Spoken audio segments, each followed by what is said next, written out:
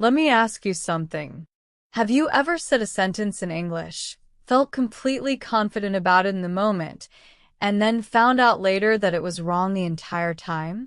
Not wrong in some tiny, forgivable way, but wrong in a way you'd been repeating for months, maybe even years, without a single person ever correcting you?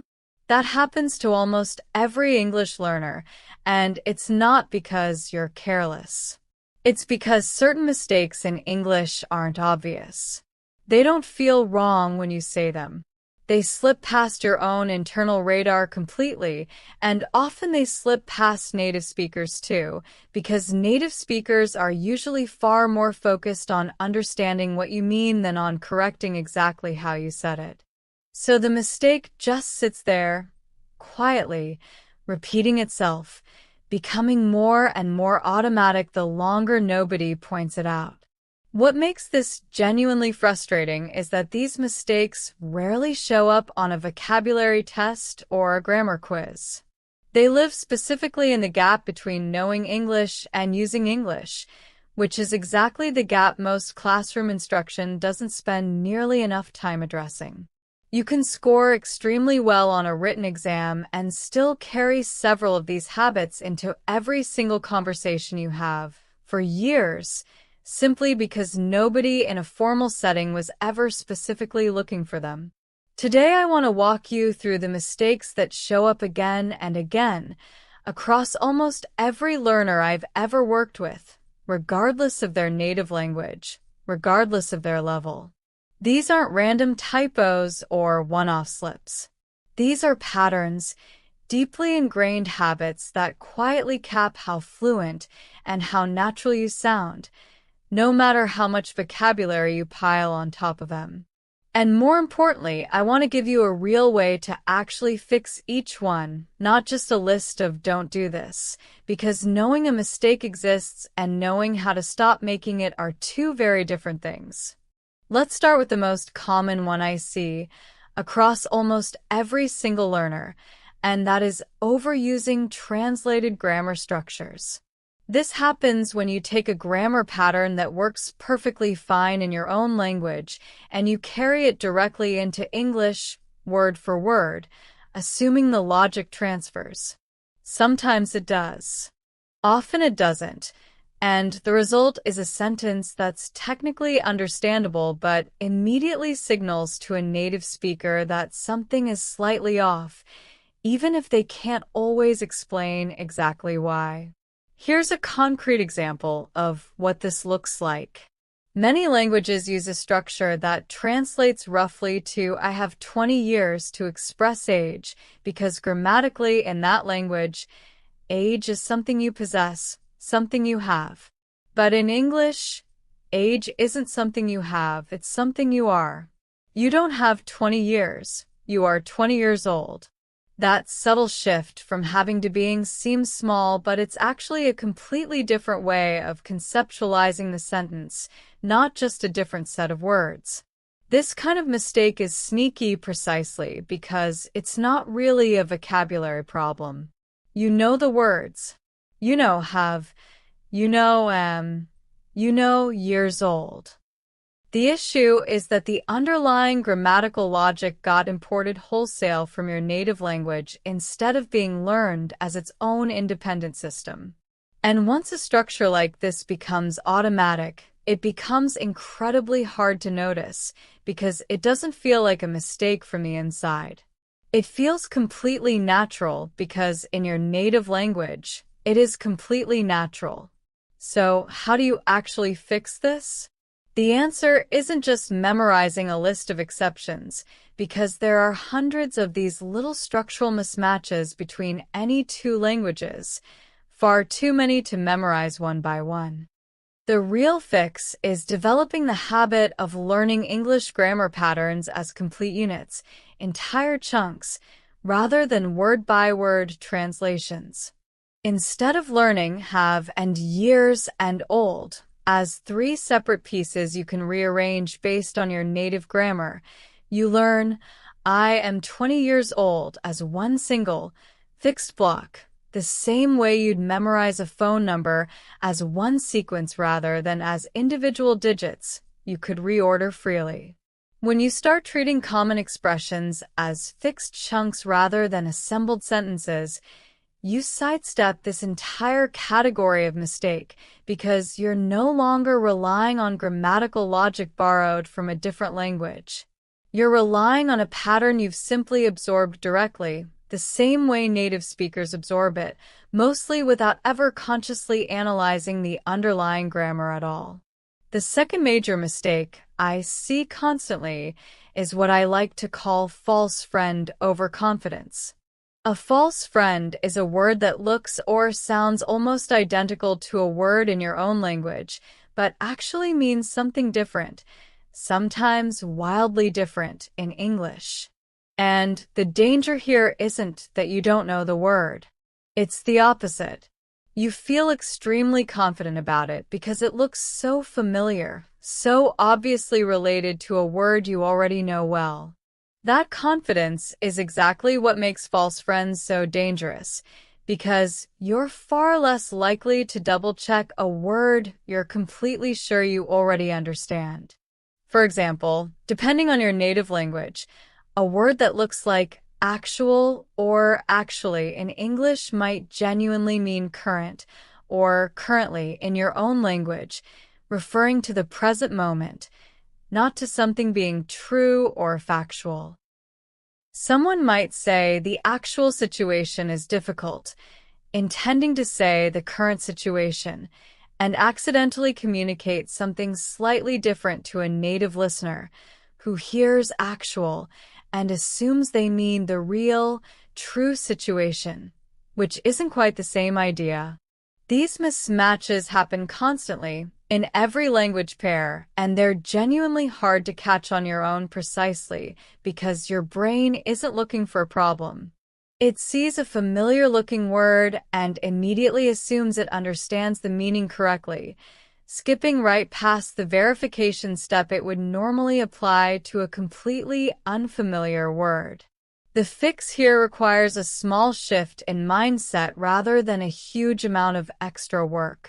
Whenever you come across an English word that looks suspiciously similar to a word in your own language, treat that similarity as a yellow flag rather than a green light. Not a reason to distrust the word entirely, but a reason to actually pause for 10 seconds and verify the meaning directly, rather than assuming it lines up perfectly just because the spelling or sound feels familiar.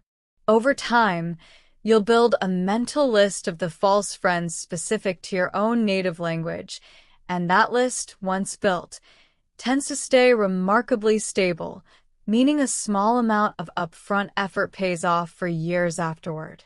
The third mistake, and this one is incredibly common among learners who are otherwise quite advanced, is over-formalizing everyday speech.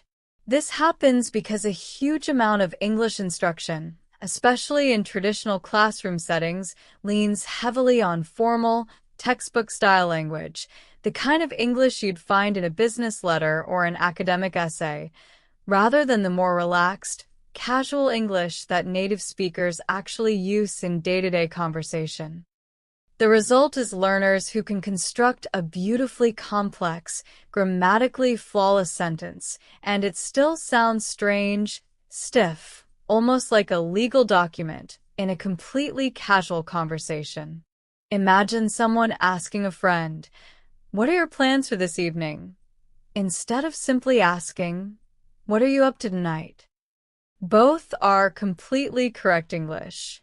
Only one of them sounds like something an actual native speaker would say to a friend in casual conversation.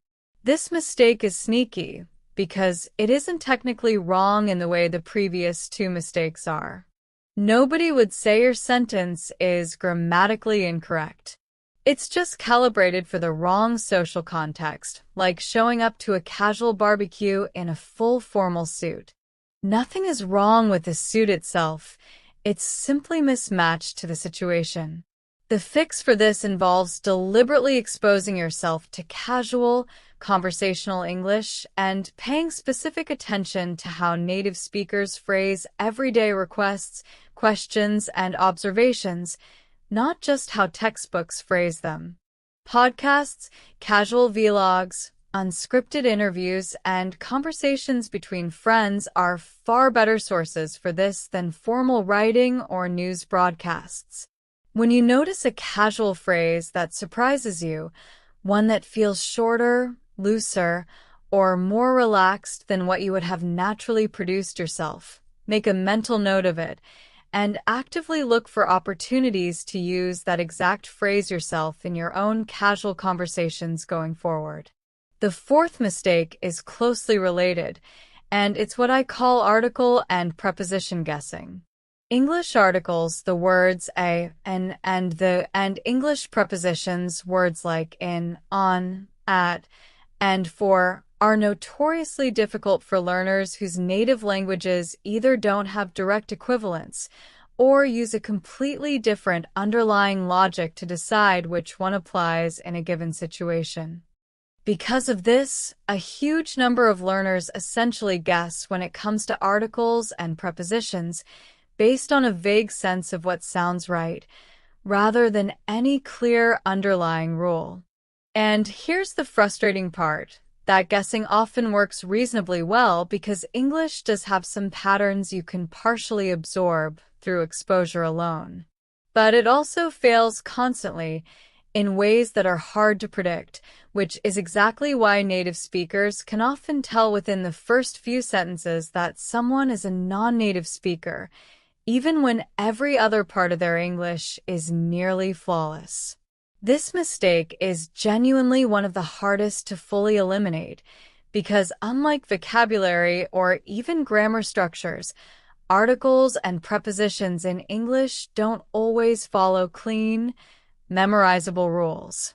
Even advanced learners, even people who have lived in English-speaking countries for decades, sometimes still slip on these occasionally. So, I want to be honest with you here. The goal isn't necessarily 100% perfection, which even some native speakers don't achieve in every single sentence. The goal is significant, steady improvement through targeted exposure. The most effective fix I've found is what I call pattern collecting rather than rule memorizing. Instead of trying to memorize abstract rules like use the when referring to something specific, which sounds clear in theory but becomes genuinely confusing in real, messy, real-world sentences, collect specific example phrases you encounter constantly in real English and simply memorize those phrases as fixed units, prepositions and articles included. In the morning, at night, on the weekend. In fact, notice that these don't follow one single unified logical rule. They're simply patterns that native speakers absorbed through repetition, and you can absorb them the same way, through repeated exposure to real, natural phrases rather than abstract grammatical explanations. The fifth mistake is one that's less about grammar and more about strategy, and it's something I call safe vocabulary hiding. This is when a learner already knows a wide, impressive range of vocabulary, sometimes genuinely advanced vocabulary, but in actual conversation, they consistently default back to the simplest, safest words they know, out of fear of using a more precise word incorrectly. The result is speech that sounds noticeably less sophisticated than the learner's actual underlying knowledge would suggest. Someone might know the word exhausted, drained, or burnout, but in an actual conversation, under the pressure of speaking in real time, they default back to simply saying tired every single time because tired feels completely safe, completely low risk, even though it doesn't capture the nuance they actually mean. This mistake is interesting because it isn't really a knowledge gap at all. It's a confidence gap, a risk avoidance pattern that develops naturally when you've been embarrassed or corrected in the past for using a word slightly incorrectly. And it makes sense as a short-term coping strategy. Nobody wants to feel embarrassed in the middle of a conversation. But over the long term, this habit quietly caps your spoken fluency well below your actual vocabulary knowledge, creating a strange gap where your reading and listening comprehension are noticeably more advanced than your actual spoken output. The fix here requires deliberately, consciously pushing yourself slightly outside that safety zone, on purpose, in low-stakes situations specifically. Practice using a slightly more precise or advanced word than you normally would, in conversations where getting it perfectly right doesn't actually matter much, like talking with a patient friend, a language exchange partner, or even just practicing out loud alone. The goal is to build comfort with occasionally getting a word slightly wrong in an environment with genuinely no real consequences, so that in higher stakes conversations later, you've already built some tolerance for that small, manageable risk. The sixth mistake, and this one shows up constantly, especially among learners preparing for exams or professional communication, is what I call complexity signaling instead of clarity. This happens when a learner assumes that more complicated sentence structures automatically signal higher fluency, so they deliberately construct long, elaborate, heavily subordinated sentences, even when a shorter, more direct sentence would communicate the exact same idea far more clearly and, frankly, far more naturally. Here's the thing that surprises a lot of learners. Native English speakers, especially in casual and even professional spoken contexts, actually favor clarity and directness over complexity most of the time. Genuinely fluent, sophisticated English often uses shorter, punchier sentences, not longer, more elaborate ones. Piling multiple clauses into a single overly complex sentence doesn't make you sound more fluent.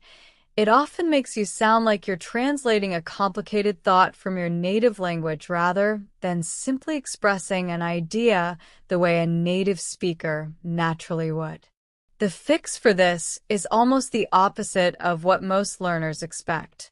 Instead of practicing longer, more complicated sentences, practice deliberately breaking your ideas into shorter, simpler ones, and then, if it genuinely adds clarity or nuance, connecting them smoothly rather than cramming everything into one dense sentence.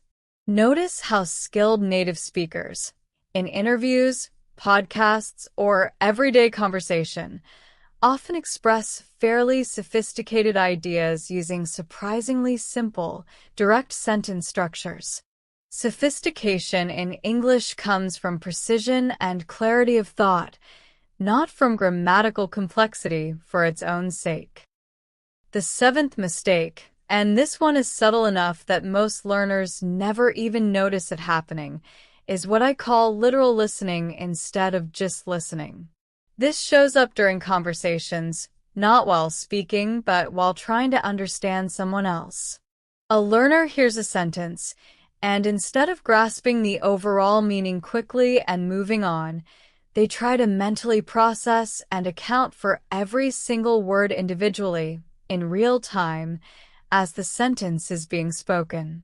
The problem is that native speakers don't actually pronounce every word with equal clarity. Words blend together, sounds get dropped, unstressed syllables practically disappear, and a huge amount of meaning gets carried by rhythm, stress, and context rather than by each individual word being crisply and separately audible. A learner who's trying to catch every single word ends up missing the forest for the trees, so to speak, getting stuck on one unclear syllable while the rest of the sentence and the overall meaning sails right past them. This creates a frustrating cycle.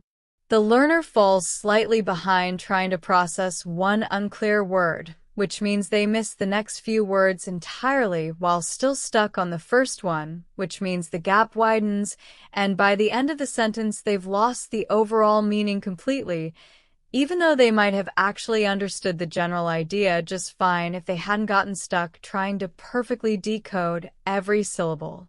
The fix here is deliberately practicing gist-level listening, where your goal for a given stretch of listening practice is not to understand 100% of every word, but to grasp the overall meaning, the general idea, even if a few individual words or sounds remain unclear.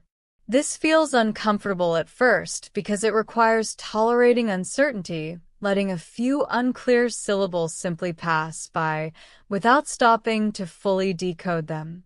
But this is exactly how native speakers process rapid, casual speech too. Nobody, including native speakers, consciously processes every single syllable of every sentence in real time. Everyone relies heavily on context, prediction, and general gist, filling in small gaps automatically, without even noticing they're doing it. The eighth and final mistake I want to cover today is emotional flatness in tone and intonation. This one has nothing to do with grammar or vocabulary at all, and it's often the very last thing learners think to work on, even though it has an enormous effect on how natural and engaging their English actually sounds to a native listener. English relies heavily on intonation, the rise and fall of pitch across a sentence, to carry emotional meaning, emphasis, and even grammatical information like the difference between a genuine question and a statement. Many learners, having spent enormous energy getting their grammar and vocabulary correct, end up speaking with relatively flat, even intonation throughout, because all their conscious attention is going toward word choice and sentence structure, leaving little mental bandwidth left over for pitch and emphasis. The result is technically correct English that somehow sounds slightly monotone, slightly disengaged, even when the speaker is genuinely excited or passionate about what they're saying. Native listeners often can't quite articulate why a sentence feels a bit flat or robotic, but the underlying cause is frequently this lack of natural pitch variation, rather than anything actually wrong with the words themselves.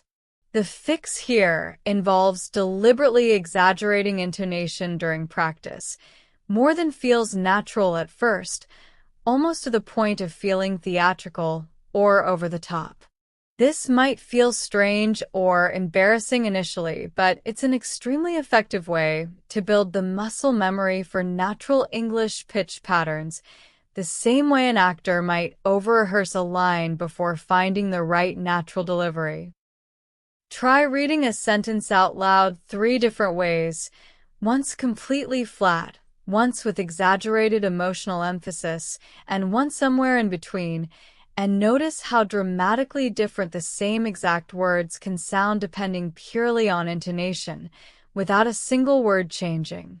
Now, I want to step back for a moment and talk about why these particular mistakes are so persistent, because understanding the pattern behind them makes it much easier to catch new ones you haven't specifically been warned about yet. Every single mistake I just walked through shares one thing in common. They all feel correct from the inside. None of these mistakes come from a feeling of uncertainty or confusion in the moment. They come from a feeling of confidence, a feeling that what you just said was perfectly fine, because the underlying logic, whether borrowed from your native language, from an overly formal textbook, or from a general fear of taking small risks, felt completely reasonable at the time. This is exactly why simply being more careful doesn't fix these mistakes. You can't consciously catch an error that doesn't feel like an error while it's happening. What actually works is deliberately exposing yourself to enough real, natural English, through genuine conversations, unscripted content, and honest feedback, that these small mismatches between your internal sense of correctness and actual native usage gradually get corrected, one small pattern at a time, through repeated exposure rather than through memorized rules alone. This also means you shouldn't feel discouraged if you recognize yourself in several of the mistakes I just described. Every single fluent speaker went through exactly the same process at some point, quietly making these same kinds of mistakes for months or years, without a clear understanding of why, until enough exposure and enough feedback gradually smoothed them out. The fact that you can now recognize them specifically, by name, with a clear explanation of the mechanism behind each one, puts you meaningfully ahead of where you were before watching this video, even if you can't fix all 6 mistakes simultaneously starting tomorrow. So here's what I want you to actually do starting today. Don't try to fix all 6 of these at once. That's a recipe for feeling overwhelmed and giving up entirely. Instead, pick just one, the mistake that felt the most personally familiar as you were listening to this, the one where you thought, "That's genuinely something I do constantly." Focus on that single mistake, and that single mistake alone for the next week. If it was the translated grammar structures mistake, start actively collecting fixed English phrases as complete chunks rather than assembling them word by word from your native grammar.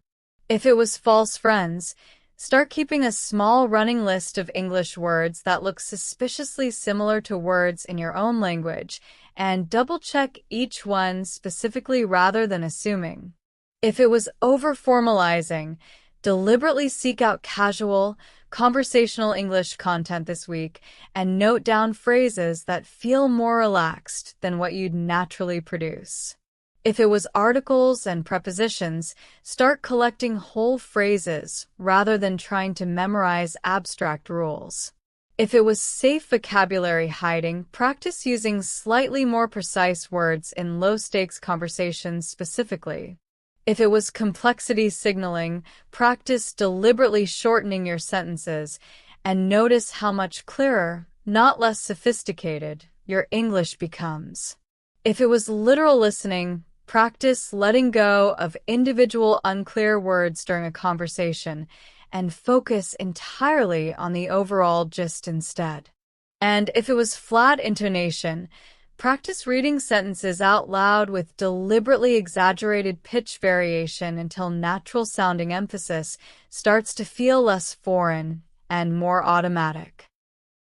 Tomorrow, we're moving into a topic that connects directly to everything we've covered today. Why you can know all of this, avoid every single mistake I just described, and still somehow sound slightly robotic rather than genuinely natural, and the specific missing ingredient that separates correct English from truly fluent English. If today's video helped you recognize a mistake you didn't realize you were making, that alone is genuinely valuable progress. So let us know in the comments which one hit closest to home for you. This is day 2 of English Rewired's 10-day English series, and I'll see you tomorrow for day 3.